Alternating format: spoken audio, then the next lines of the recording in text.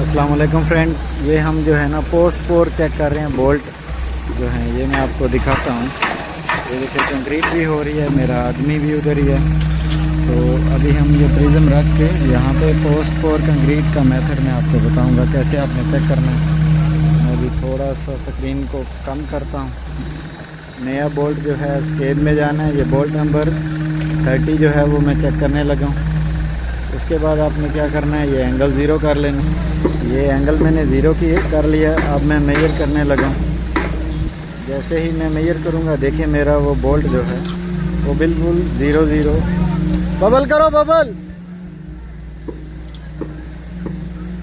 ये मेरा बोल्ट जो है 1 मिली 00 में आ रहा है। इसका मतलब है मेरा बोल्ट जो है वो बिल्कुल बराबर है। तो इस तरीके से आपने पोस्ट पोर कंक्रीट जो है वो चेक करते रहना, क्योंकि क्लाइंट जो है हमारा काम वो दोबारा चेक करता है। ये तो काम करते वक्त ये जो है हमारे बोल्ट हिलने नहीं चाहिए।